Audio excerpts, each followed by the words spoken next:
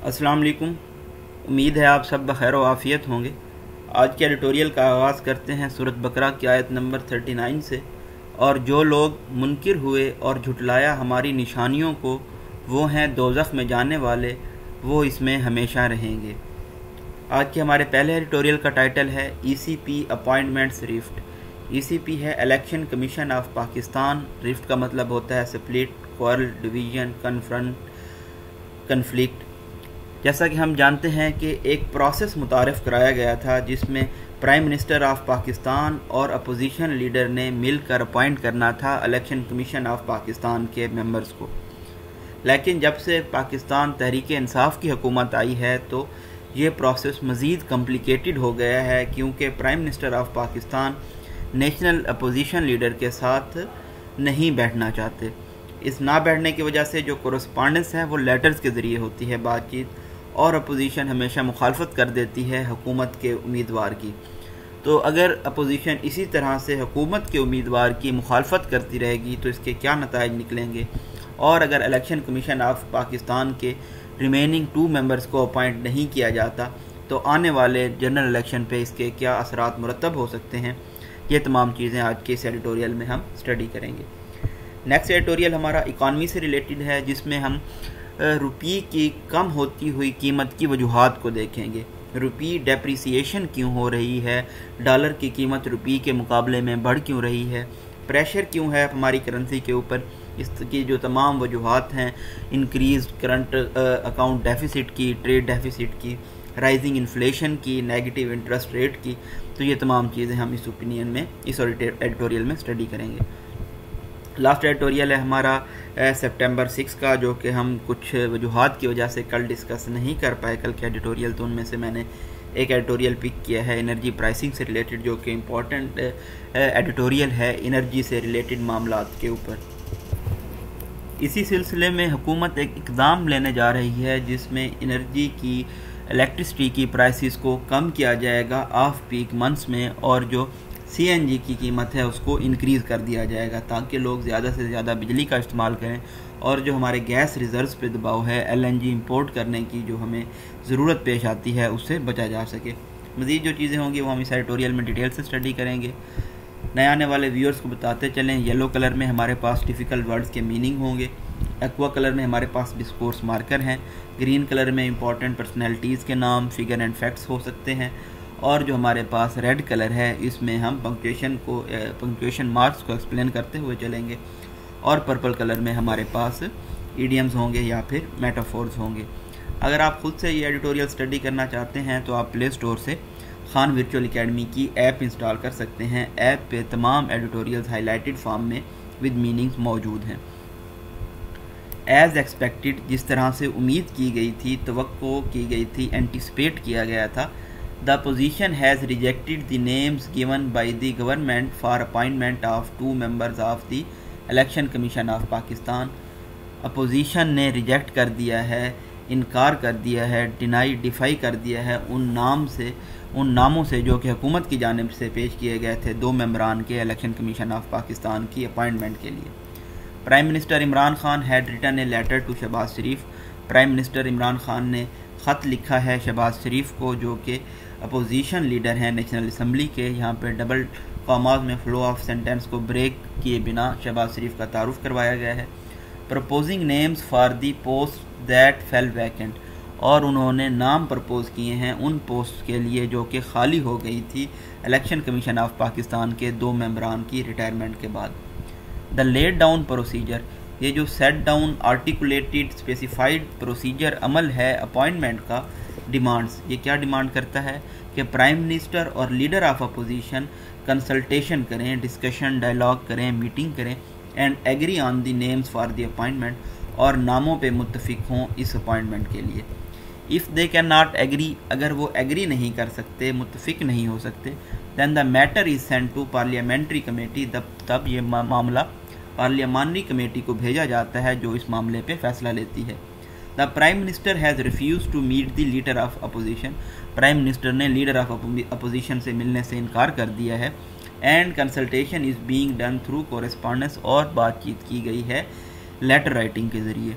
While rejecting the nominees of the government, जबकि nominees जो हैं हुकूमत के उनको रिजेक्ट कर दिया गया है। Mister Sharif has constituted a committee, Mister Sharif ने एक कमेटी बनाई है दैट विल प्रपोज नेम्स, जो कि नाम प्रपोज करेगी अपोजिशन पार्टी से बातचीत करने के बाद। The PMLN and Pakistan people party have already initiated this consultation, ये बातचीत PMLN और पाकिस्तान पीपल पार्टी ने पहले ही स्टार्ट कर दी है इस प्रोसेस से मुतल्लिक। हाउएवर ताहम the deadline for the appointment of 2 members of ECP, जो आखिरी मुकर्रर तारीख है 2 मेंबरान की ECP की अपॉइंटमेंट के लिए, डबल डैशेस में बताया गया है, ऐसा नज़र आ रहा है कि ये जो टाइम फ्रेम है रिटायरमेंट का और अपॉइंटमेंट का स्पेसिफिक, इसको मिस कर दिया जाएगा। डबल डैशेस हैं, फ्लो ऑफ सेंटेंस ब्रेक होगा। दिस वुड मीन, इसका ये मतलब होगा कि इलेक्शन कमीशन ऑफ पाकिस्तान अब सिर्फ चेयरमैन और 2 मेंबरान पे मुश्तमिल होगा। While this strength will allow the ECP decision making to continue unaffected, इस स्ट्रेंथ से जो फैसला साजी है ECP की उसको जारी रखा जा सकता है बग़ैर मुतासर हुए। लेकिन अगर कोई एक मेंबर अवेलेबल ना हो तो इलेक्शन कमीशन ऑफ पाकिस्तान को मसाइल का सामना करना पड़ सकता है, क्योंकि फ़ैसला साजी के लिए इनका कोरम पूरा नहीं होगा। इट इज़ अनफॉर्चुनेट, ये बदकिस्मती है, दैट एक्सट्रीम पोलराइजेशन, ये जो बहुत ज़्यादा डिवीजन है हुकूमत और अपोजिशन के दरमियान, is now adversely affecting important constitutional obligation, ये जो आइनी ज़िम्मेदारियाँ हैं उनको बुरे तरीके से मुतासर कर रही है। That are necessary for smooth running of institution, जो कि इदारों को चलाने के लिए बहुत ज़्यादा ज़रूरी है। There was a spirit behind establishing such process, इस तरह के प्रोसेस को, अमल को कायम करने के पीछे एक मकसद था, एथोस थे। So that key appointments are made without the toxicity of partisanship, ताकि इस तरह की अहम अपॉइंटमेंट्स की जाएँ बगैर किसी बाइसनेस के, प्रेजुडाइज के, तसुब के। डबल डैशेस हैं, फ्लो ऑफ सेंटेंस ब्रेक करके बताया गया है कि एक वर्किंग रिलेशनशिप, ताल्लुक कायम रहे लीडर ऑफ हाउस और लीडर ऑफ अपोजिशन के दरमियान। The spirit today has evaporated, ये जो एथोस है, मकसद है, ये ख़त्म हो चुका है हीट ऑफ पोलराइजेशन डिवीजन के दौरान। And now the 2 sides are merely going through the motions to fulfil the laid procedures, अब ये जो दोनों साइड्स हैं ये सिर्फ क्या कर रही हैं, मोशन से गो थ्रू कर रही हैं इस तरह के लेड डाउन प्रोसीजर्स को फुलफ़िल करने के लिए, मुकम्मल करने के लिए। तो ये किस चीज़ की कासी करता है कि हमारा जो जमहूरी फ्रेमवर्क है गवर्नेंस के लिए वो बहुत ज़्यादा नाकिस है, और जो कॉन्फिडेंस है वो डिप्लीट हो रहा है, एतमाद कम हो रहा है सियासी हुक्मरानों की एबिलिटी, सलाहियत में कि वो नेविगेट कर सकें रेवलरीज़ के दौरान, हॉस्टैलिटीज़ के दरमियान, दुश्मनियों के दरमियान, वाइल इंश्योरिंग, ये यकीनी बनाते हुए कि जो स्टेट के अफेयर्स हैं वो अफेक्ट ना हों, मुतासर ना हों।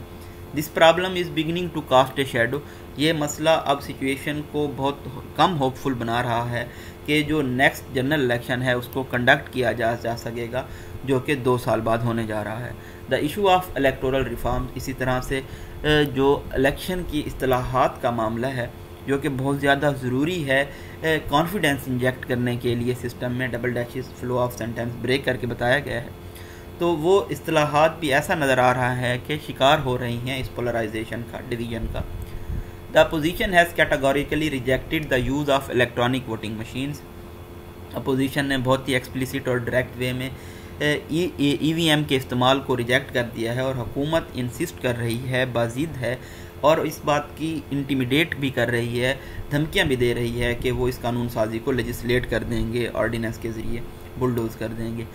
वर दिस टू हैपन, अगर इस तरह होता है, the election would start to generate controversy, तो इलेक्शन में तजाद खड़े हो जाएंगे at such an early stage, इतनी जल्दी की स्टेज पे, and further weaken the already low level of trust in them, और जो उनमें एतमाद की पहले से कमी है उसको मज़ीद कमज़ोर बना देंगे। The government should take initiative to lower this partisanship, हुकूमत को स्टेप लेने होंगे ताकि इस तासुब को कम किया जा सके, so that if nothing else the next elections are seen as fair and transparent, अगर मज़ीद कुछ नहीं होता तो कम से कम जो आने वाले इलेक्शंस हैं उनको शफाफ तरीके से हेल्ड करवाया जा सके। नेक्स्ट एडिटोरियल है rupee depreciation, the recent exchange rate volatility, हाल ही में जो हमने पाकिस्तान के रुपी के एक्सचेंज रेट में वॉलेटिलिटी देखी है, is a natural response to the home currency, तो ये एक कुदरती रिस्पांस है कि हमारी मकामी करेंसी की जो इंक्रीजिंग ट्रेड डेफिसिट है, राइजिंग इन्फ्लेशन है, बढ़ती हुई महंगाई है और मनफी शरह सूद है। उसकी वजह से ये कुदरती रिस्पांस है वॉलेटिलिटी का। किसा क्या देखा हमने इस वॉलेटिलिटी में, जो हमारा रुपी है वो मल्टी मंथ लो लेवल पे है और अब तकरीबन $1 167.23 रुपये के बराबर पहुंच चुका है। ये मंडे का डाटा है। That the Pakistani rupee has become the worst performing currency in Asia. Pakistan की जो रुपी है ये सबसे बदतरीन परफॉर्मिंग करेंसी बन चुकी है एशिया में, जो अभी हाल ही में मार्च में सबसे बेहतरीन परफॉर्मिंग करेंसी थी। तो ये क्या सिग्निफाई करता है? डिटीरिएटिंग डिक्लाइनिंग मार्केट परसेप्शन हमारी करेंसी की कैपेसिटी के बारे में कि ये हमारी जो फॉरेन पेमेंट्स हैं, गैर मुल्की कर्जा जात हैं, जिम्मेदारियाँ हैं, उनको पे कर सकती है। अगर हम कुछ डाटा देखें तो 144% year on year increase search देखा गया है ट्रेड डेफिसिट में अगस्त के महीने में। ये हाईएस्ट एवर लेवल है 4.323 बिलियन रुपीज़ का और इसने प्रेशर पुट किया है रुपये के ऊपर। Hence we see many calling, इसलिए हम बहुत सारे लोगों को देख सकते हैं जो कि अब बात कर रहे हैं कि जल्द से जल्द अपवर्ड एडजस्टमेंट की जाए इंटरेस्ट रेट्स की, यानी कि शरह सूद में इजाफा किया जाए। इसी तरह से जो हमारी लग्जरी इंपोर्ट्स हैं उनको भी रिस्ट्रिक्ट किया जाए, रोका जाए और मार्केट इंटरवेंशन की जाए ताकि अरेस्ट किया जा सके फर्दर डीवैल्यूएशन को, और इकदाम करने चाहिए बिल्डअप ऑफ इम्पोर्टेड इन्फ्लेशन को, महंगाई को रोकने के लिए और नेगेटिव बिजनेस सेंटीमेंट को। इसी तरह से अगर हम ताजरों को देखें तो वो डॉलर्स को बुक कर रहे हैं ताकि मुस्तकबिल की इंपोर्ट पेमेंट्स कर सकें हायर प्रीमियम पे। इस तरह का जो स्प्रेड है ये इंडिकेट करता है, निशानदही सिग्नल करता है कि मज़ीद जो रुपये की डेप्रिसिएशन है, कमी है, उसकी तवक्को की जा सकती है, क्योंकि करंट अकाउंट इम्बैलेंस को एंटिसिपेट किया जा रहा है, एक्सपेक्ट किया जा रहा है कि जो स्टेट बैंक ने प्रोजेक्शन की थी, तखमीना लगाया था 2 to 3% का, उसको ब्रीच कर देगा, क्योंकि जो हमारी इंपोर्ट्स हैं वो बहुत ज़्यादा स्ट्रांग हैं। इन बिटवीन जो हमारी कमोडिटी और एनर्जी प्राइसेस हैं उसको बाउंस कर रही हैं, इंक्रीज़ कर रही हैं। अगर आप इस ओवरऑल सेंटेंस को देखें तो ये काफ़ी लेंथी है, इनको हम कम्प्लेक्स सेंटेंसेस बोलते हैं। तो आप कोशिश किया करें आप सिंपल सेंटेंस लिखें, शॉर्ट सेंटेंस लिखें, ताकि आप इजी वे से अपने मीनिंग को कन्वे कर सकें और आपको कोई गलती का सामना भी ना करना पड़े। The freeze on IMF loan programme, एक और वजह यह है कि हमारा जो IMF से कर्ज़े का प्रोग्राम है वो भी मुंजमद है और इनसिक्योरिटी पाई जाती है कि अफ़गानिस्तान की जो सूरत हाल है वो स्पिल ओवर कर सकती है पाकिस्तान में अदम इस्तेहकाम। इसी तरह से FTF की भी हम ग्रे लिस्ट में हैं, फिनांस मिनिस्टर भी हमारे ख़तरे में हैं क्योंकि अभी तक वो सेनेट और इलेक्शन कमीशन के मेंबर सेलेक्ट नहीं हो पाए, और आल्सो कंपाउंडिंग इकनॉमिक अनसर्टेनिटीज़। तो जो मईशत की गैर यकूनी की सूरत हाल है उसको ये मज़ीद आगमेंट कर रही हैं। ये तमाम वजूहात और रुपये के ऊपर प्रेशर बनाए हुए हैं। प्रेशर हैज़ बीन अकमुलेटिंग, ये प्रेशर जमा हो रहा था मई से, जब ये क्लियर हो गया था कि हुकूमत डिच करना चाहती है, डिसीव करना चाहती है IMF की सख्त पॉलिसियों को, ताकि रैपिड ग्रोथ अचीव की जा सके अगले जनरल इलेक्शन से पहले। The revival of growth has only put extra pressure, ये जो रिवाइव करना है ग्रोथ को, इसने मज़ीद प्रेशर पुट किया है एक्सटर्नल सेक्टर पे। किस सूरत में? ड्रास्टिक इंपोर्ट ग्रोथ में, यानी कि हमारी इंपोर्ट ज़्यादा हुई हैं और उतना ज़्यादा हमारी एक्सपोर्ट्स में इजाफा नहीं हुआ, यानी कि दरामदात ज़्यादा हैं, बरामदात कम है। अफसोस की बात यह है कि करंट अकाउंट ग्रोथ की जो स्पीड है, जिसको टाउट किया जा रहा है कि ये मुख्तलिफ नहीं है माजी की PMLN के सेटअप से, जिसको फिनांस किया गया था एक्सपेंसिव और एक्सपेंसिव में फ़र्क देख लें, ये आपके पेयर ऑफ वर्ड्स में हेल्पफुल हो सकता है। एक्सपेंसिव होता है extensive, wide spread fiscal monetary policies थी, और इसी तरह से शॉर्ट टर्म महंगी बोरोइंग्स, लोन, कर्जा जात लिए गए थे बग़ैर कोई नफाज किए प्रोडक्टिव रिफॉर्म्स का, इस्तेलाहात का।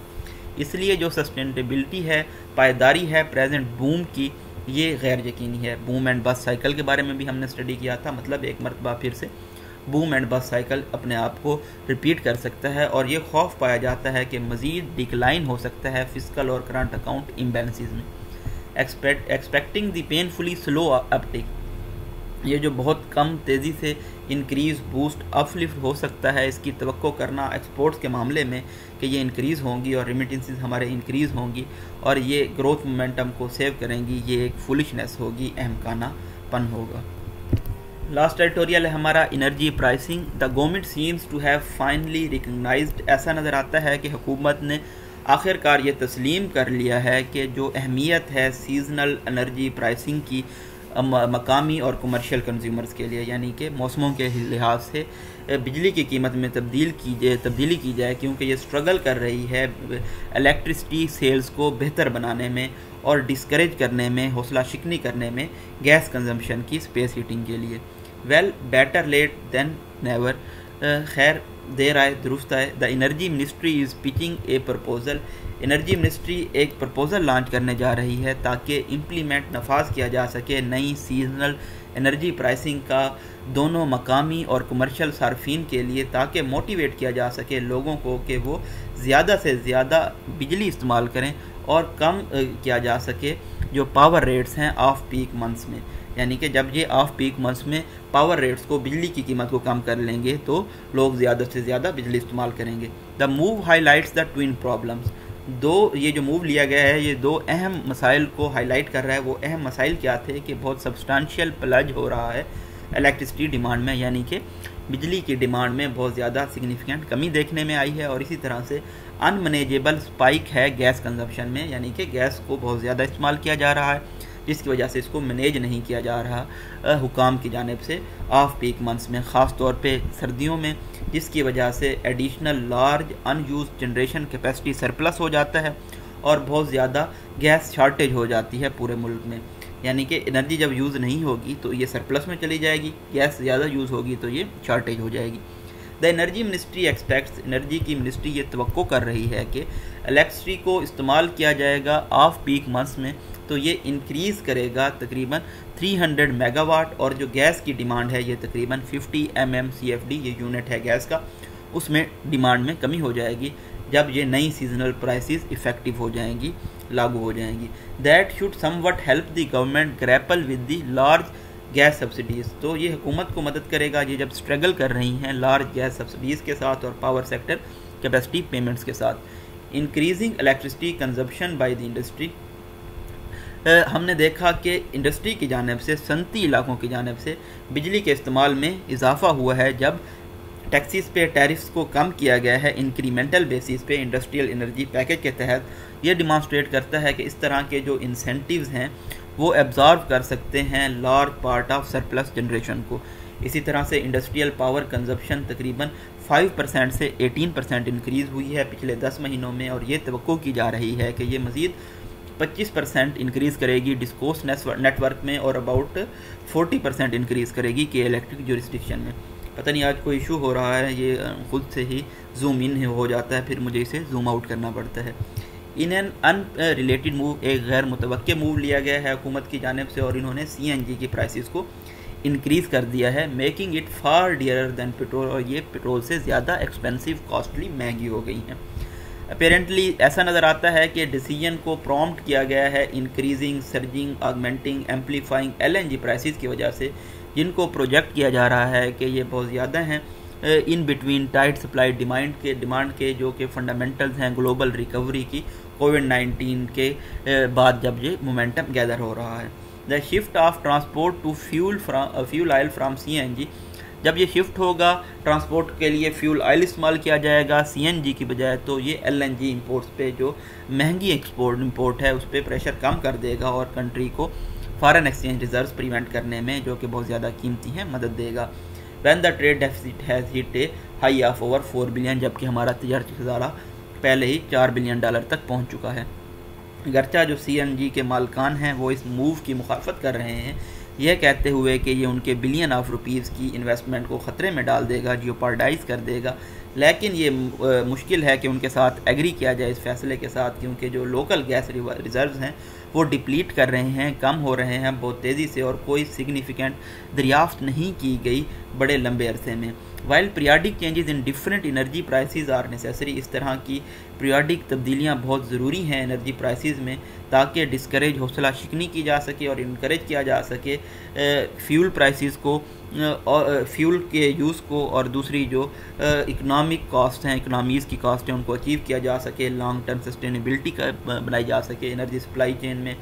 तो एनर्जी की जो सप्लाई चेन है वो अब डिपेंड कर रही है कि जल्द से जल्द इम्प्लीमेंट किया जाए, नफाज किया जाए गवर्नेंस रिफॉर्म्स का, इस्तेलाहात का पावर और गैस सेक्टर में। ये जी ब्रीफ एनालिसिस था आज के एडिटोरियल्स का। अगर आपने अभी तक चैनल को सब्सक्राइब नहीं किया तो ज़रूर सब्सक्राइब कर लीजिएगा ताकि आप डेली अपडेट्स हासिल करते रहें। अपनी दुआओं में याद रखिए। Thank you so much. अल्लाह हाफिज़।